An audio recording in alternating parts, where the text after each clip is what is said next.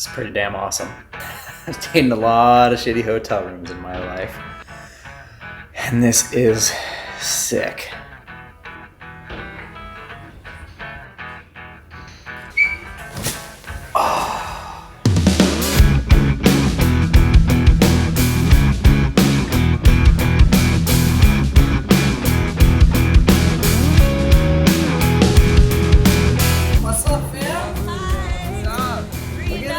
Swag wagon. But you're a liar when it comes to true. Faster, faster. Who's the master? I see heaven, but I don't see you.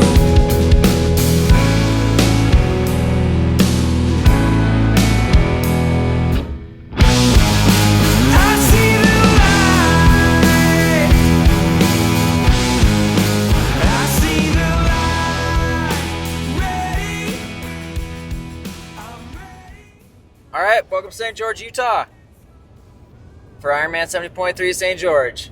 I've been here a day already hung out with your favorite Australians, and scoped out the most incredible hotel room that we've ever had here. And now I'm headed to the airport to pick up Paula. I'm probably not racing. I shouldn't even say that. I say there's 99% chance, 99% sure that I am not racing. I am going all in on Exeter, Alabama in 3 weeks, and I think the best thing is to prep for that. So we'll probably just gonna be supporting Paula here, but it's good to be here. It's a cool race. True classic.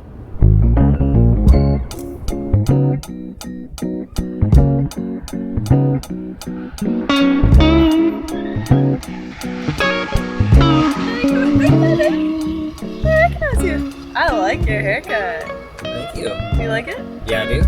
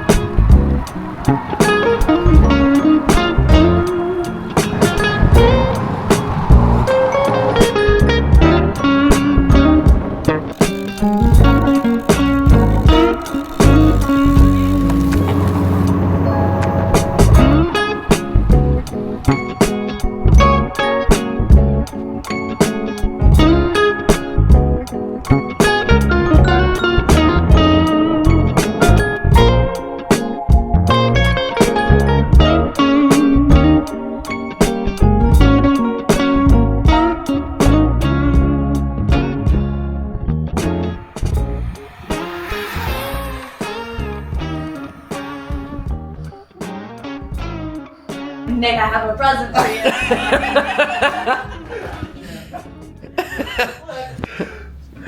Okay, that is. Is this not the coolest hat? How's your vision? It's I mean, I don't know. It feels like it's perfect. It's awesome. I realize I'm biased, but I think that is the coolest hat. I think it's amazing. Let's go show the zoo guys and see what they think. We're gonna steal our idea.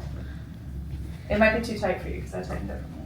This is so cool. The colors are perfect. I love the blue. I love the white. Yeah. This is the coolest thing. Anyone who doesn't like this is wrong. I think it was cuter on Paula, but It's cute. You also have no bias. Yeah. all right. Status update. It's the day before the race. I have gone from not feeling great to feeling really not great. So I'm officially not racing, but we have got an emergency special delivery from Zip here. New disc for Miss Findlay. Pretty exciting. I think it's going to be like this, the new Super 9 with a fatter rim profile, so you can run really low tire pressure.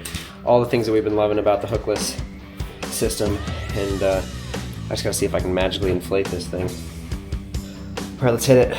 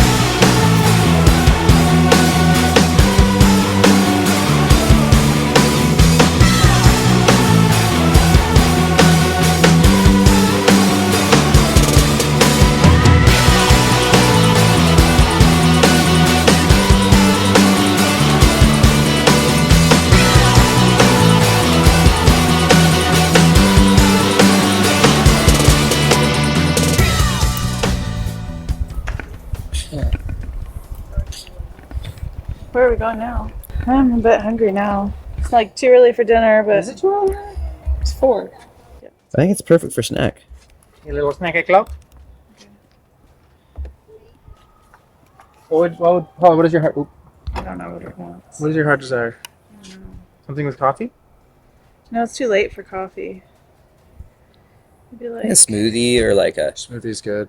something like that. Smoothie's good. Carbs, sugar, deliciousness, coolness also. Oh, there he goes. I'd like to get a little mini interview for the vlog at some point too, whenever you're up for it. We can do it with at smoothies. All right.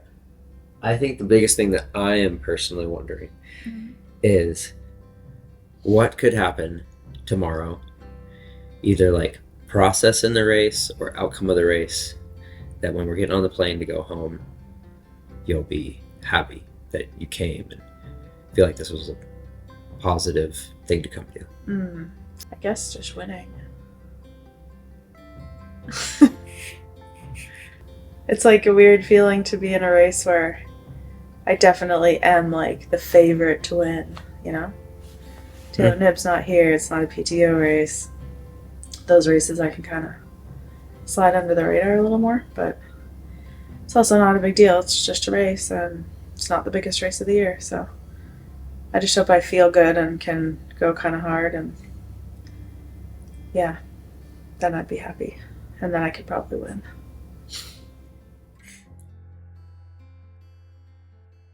Do I need a little fuzzy microphone? I thought I gave that to you already. The gun goes off. How am I feeling? Just walk through it. Just like Okay.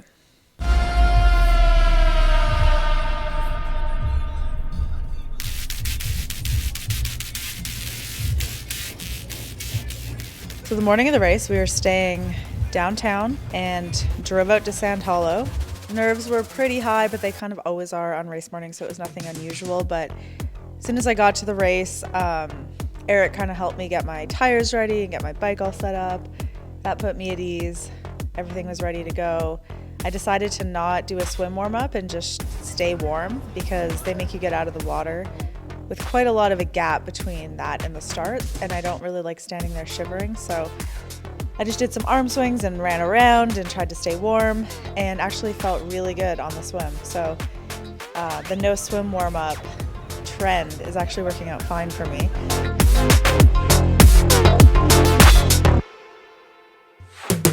Here last year looking for a great race from Jeannie here today. And from Canada we have Paula Findlay. She'll be in the green cap. She did not race here last year, but this is her second race in the pro. I got on Ellie's feet pretty quickly and was totally happy there, pretty comfortable.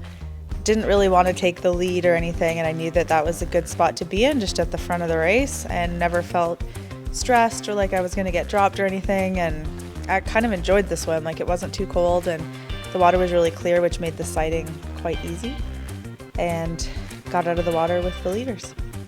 Brittany, what have you got? It looks like we have Katie Curran and Ellie Salthouse. Katie taking a pull and sort of dropping those other two women, which then it would be Paula Findlay and Jeannie Metzler. We had a group of 4.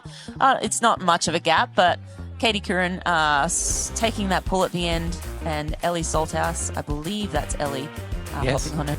Yeah, onto the bike, I intentionally kind of had a slower transition. I didn't sprint as fast as I could to my bike, which I think helped keep my heart rate low and helped me stay relaxed. And yeah, I got on my bike maybe 15 or 20 seconds behind the leaders, but that was fine with me. I kind of took my time to bridge up and then sat within legal distance of the group until the first climb, which is about a 5-minute climb, and that's where I decided I was gonna really push it and try to break the elastic really early on in the race. This is only like 15 minutes into the bike. Low drop, perfectly flat arrow, but to me it looks very smooth. A great compromise of super powerful and super Now we arrow. have the figure of Paula Findlay, a very, very strong cyclist. Won the Canadian National Championships, I believe, 2 years in a row. So went to the World Champs for the TT last year. And yeah, she looks a little bit more aggressive with her position. But again, each athlete has to figure out, okay, like, I want to be as aggressive as possible, but So I rode about 300 watts up that hill, which is hard in the middle of a 70.3, and sort of continued to push over the crest of the hill into the downhill because I didn't want to just push the climb and then have it all bunched back up together. So that was kind of my strategy that I sort of just made that up like as at the start of the bike. I thought I'll just be comfortable until that climb and then really go for it. And from that point on, I felt really strong on the bike. In moments where I felt like I wasn't riding well, I'd look down and my watts were still really good. So I think that's a good sign when you think your watts are lower than they actually are. It just meant I was powerful and in control and comfortable and riding the course really well. It's a course I'm extremely familiar with. I know all the corners and ridden it so many times. So that really helped me keep my head low and just focus on riding well versus worrying about directions or what was going on around me. And soon we'll get to see the new gap, if there is a new gap, from Paula Findlay over Ellie Salthouse. It was 50 seconds at 25 and a half, or just under halfway. We're waiting to get that 39-mile split, 39.5-mile split. When we get that split, it will be very informative as to whether or not Findlay has extended to 90 seconds, for example, if she's just on a... Yeah, I think because of how I sort of relaxed during the swim and the first transition and played it a bit smart, I actually felt totally fine on the second half of the bike. And this in general is a bike course that feels like it goes by really quickly for me. So we were already halfway through the bike and I still felt completely fine. I'd been taking gels, I'd been drinking, taking care of myself, and I knew Snow Canyon, that everyone builds up to be so hard. It's only really hard if you don't pace yourself properly to be able to ride it effectively. So I actually have the QOM up Snow Canyon, so I know that very well. I know all the dips and turns and pitches, and I rode it several times that week, so I knew that was where I wanted to really push it and maybe get another minute or two on everyone else to maximize my gap in T2. For me, the uphill is not the problem, it's the descending that is often scary for me and where I lose a lot of time, but I just tried to be as brave as I could, stay as aero as I could on that really fast descent.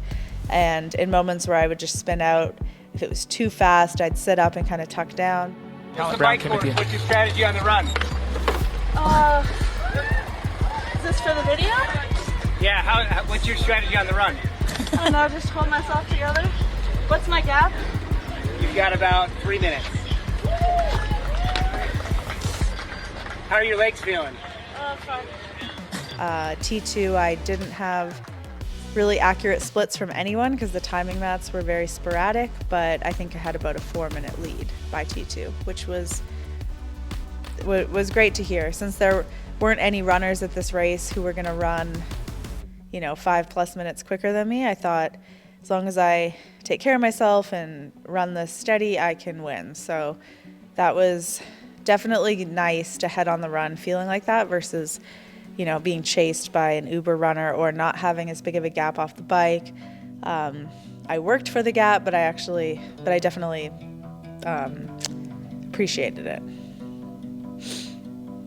Yeah, the run it's really hard. There's about 300 meters of climbing, and I think in this kind of race it's almost not even worth wearing a watch because the splits are so relatively slow as you're climbing and then quick as you're descending, so the splits don't mean much, but I used one anyway, and on my watch I actually have like meters of elevation gained because we run so much hilly terrain and bend that it's just permanently on my watch, and that's the only metric I was looking at, just basically out of curiosity, was how much climbing have we done. And after one lap we'd done like 170 meters of climbing or 160, I don't know, it was a lot. So that sort of also reassured me that okay, your pace is not that great, but also this is a really hard course, so that's okay. And I liked the nature of the course. It's very twisty and turny. You go through a golf course, you're running downhill on grass, which feels like a cross-country race from back in the day when I did that.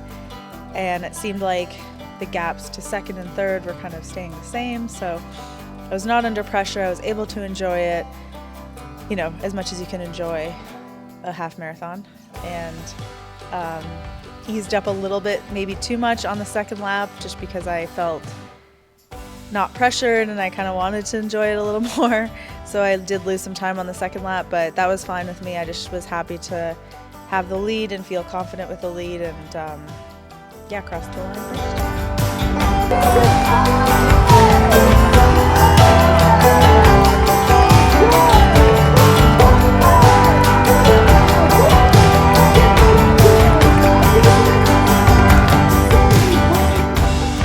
The finish line is awesome in St. George. You kind of go straight down the middle of town, and I do have so many good memories from that finish line. I don't think I've ever had a bad race in St. George, and obviously 70.3, World Championships in 2022 where I podiumed, and then my first 70.3 win was in St. George in 2018. So yeah, it's always been on the same road that we finish on, and it's always great memories, great vibes, great people, tons of spectators at that race, and yeah, I had a great time. So really happy with my performance, and being on the podium with Ellie and Jackie, who are really good friends of mine, sort of sweetened the whole thing, and good to see them have good races too.